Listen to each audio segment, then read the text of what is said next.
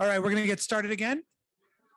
And I am pleased to introduce Ethan Dreilinger, the Global Client Solutions Engineer from the Weather Company and IBM business, who will be in conversation with Kurt Rao, CTO for Tegna. Ethan? Thank you so much. And thank you, Kurt, for joining us with this. And clearly, if we've learned nothing else today, 2022 will be the year of the cloud more than anything else. So as we think about the cloud, moving weather to the cloud, what we really want to start talking about is a little bit of disaster recovery, which has been talked about a lot here, a little bit about collaboration, which also has been talked a lot about here. But what we're able to do as we kind of move our Max solution to the cloud is take disparate teams that are around the broadcast area and move them into different areas and be able to create collaboration zones within the market itself. So each of those stations, so those could easily be Kurt's Tegna stations on the map or anyone else's stations. And then suddenly we can move them onto different stories and different concepts and start to increase the number of people who can tell those stories. And then start to back them up because, as those stories rage, fires happen, hurricanes happen, stations go off the air, you can start to back up a lot. And as you move those services to the cloud, all of a sudden you have a lot of storytellers available to you and a lot of expertise within the organizations. Because the climatologist may be on the West Coast, but you need a climatologist to help tell a story in Florida. You can start to pull those assets together and really start to tell those stories. So as we start to do that, increase the number of people who tell the story, increase the ability to tell the story. And as Kurt just pointed out in the last session, more and more feeding the beast becomes more important because all of those digital platforms require content. And eventually they're going to require distinctly unique content, and being able to leverage those teams to tell those stories is kind of the direction that we're going in. So as we started to bring Max Cloud to the market earlier this year, Tegna was one of the first stations to jump on board. And Kurt, thank you, first of all. And what was it that made you want to say, hey, let's dip a toe in this and see where we're going with it? Yeah. So let me give you a little bit of context, right? I've been now with Tegna for 4 years. And in the 4 years, right, we've gobbled up 8 different broadcasting entities. So, we went almost doubled our size in terms of the number of stations. And with that comes in a lot of different snowflakes. So when we think of, my role, I position it as, how do we provide as a technology organization the best consumer experience, the best customer experience, and the best employee experience, right? And when you apply that to the news side of the house, weather is a very critical component, right? And so about 2 years ago, Ethan, I think if I recall, we went down the path and said, how do we standardize all of our weather capabilities across the company, right? So put a massive investment in getting everybody up to the same level with the IBM software, because until then it was all over the place, right?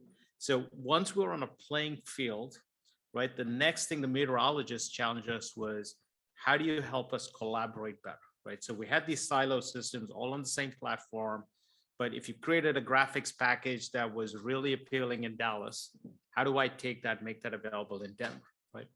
And interestingly for us, right, when I look at our Dallas station as an example, our local weather is the most sought after talent in the marketplace, right?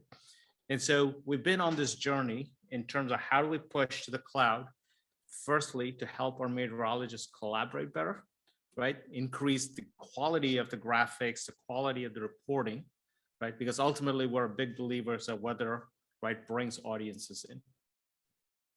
And so as you kind of go through this, and it's a 3-4 month kind of trial, what are those KPI that you're looking at that will say, hey, this is successful, we need to go more? Right.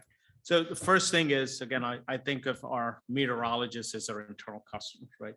And so the first thing is, I go to them and say, how is this helping you do your job better, right? Is it giving you the tools to sell your story, right? And it's all about storytelling, Ethan, as you know. And, we've been very encouraged by the results we're seeing, right? Our meteorologists are able to say, listen, I can help someone in another market, right? When we have a hurricane in New Orleans, I don't have to ship 5 people down there, right? We could support them from Dallas or Denver, right? And that invariably happens to us, right? And so think of that, in terms of what it can do, right? And then from a production quality, I'm getting the best minds across the company to be able to contribute to it, right? That's the feedback we're receiving from the trials.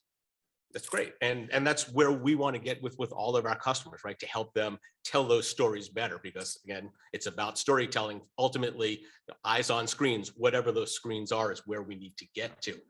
And keeping those eyes on screen. So we've talked a lot about disaster recovery, from ransomware attacks to natural disasters. How important is that in your thinking in terms of, hey, this is going to be important to us because we don't know what tomorrow is going to bring? Yeah, it's interesting. There's a perspective that we talk about internally, saying, if you can't get content on the air and you can get weather, the weather meteorologists can keep audiences engaged for hours. Right? It's an interesting twist. I don't know if that's actually true, but it's certainly, I think we believe that, that they can fill time, they can engage consumers, right? And so from a disaster recovery perspective, giving our meteorologists the tools to create content and tell stories, I think is super critical. So we were just talking about in your last panel, that discussion about, hey, workflows are going to have to change to make this happen. The other paradigm that has to change a lot, though, is the way companies approach this, because a lot of companies very much CapEx, write it down.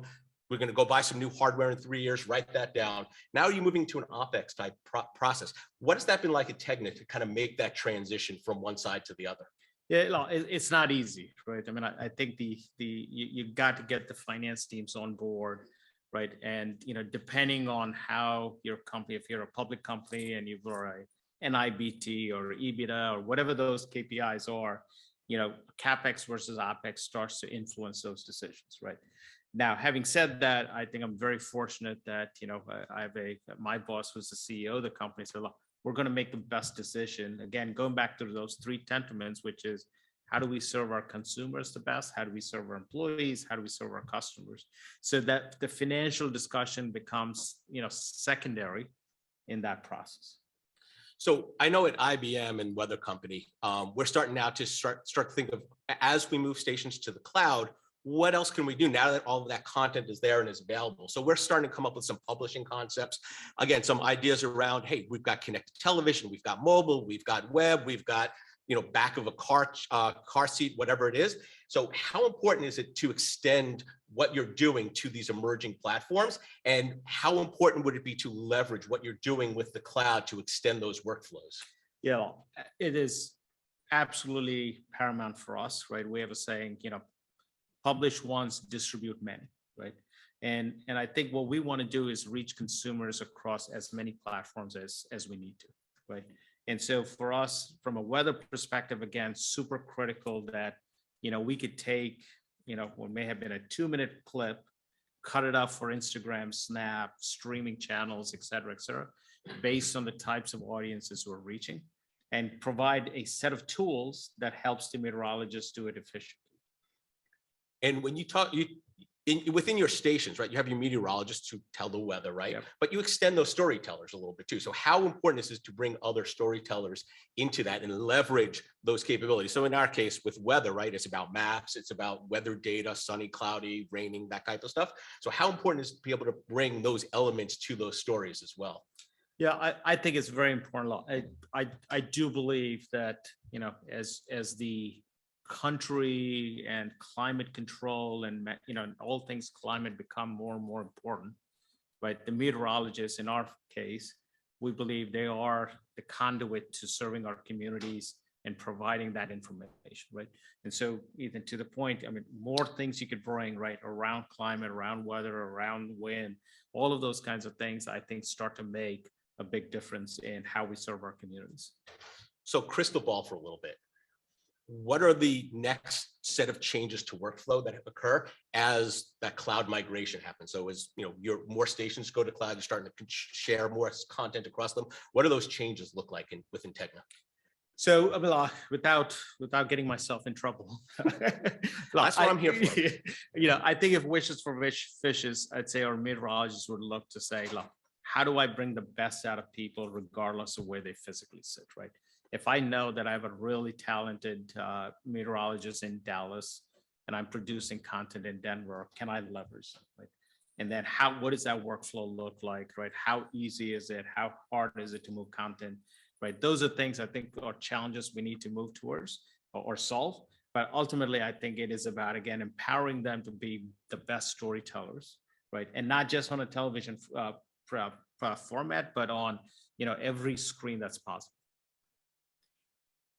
And you kind of touched on this a little bit, right? As if your station goes off the air, the first thing you're putting back on is weather, because the meteorologist can keep people engaged. But how important is it to have that local meteorologist in Dallas? Because I work there, right? So they're key people. But if that guy in Dallas is now covering Denver, do you think viewers are going to notice that, or are they going to say, "Hey, here's some good information. This is the information I need right now, and it doesn't matter who's going to tell me that story"? Yeah, to me, I think, again, we're going to have to retrain the consumer, right? So we're all used to seeing our favorite weather person or traffic person on whatever channel you watch, right? But I think in this next world of streaming, those geographical boundaries start to go away, right? And I could see us wanting to follow a piece of talent, a talent in another place. The other interesting phenomenon for us is, I always thought weather was very local, right? But today in this world where you have a massive storm in New Orleans, or you have a fire in California, it is drawing audiences from across the country, right? And so, to that point, I mean, you could put any, not any, but you could put good talent from anywhere and still be able to attract different types of audiences. So if you were looking for one thing in cloud in 2 years, what is it?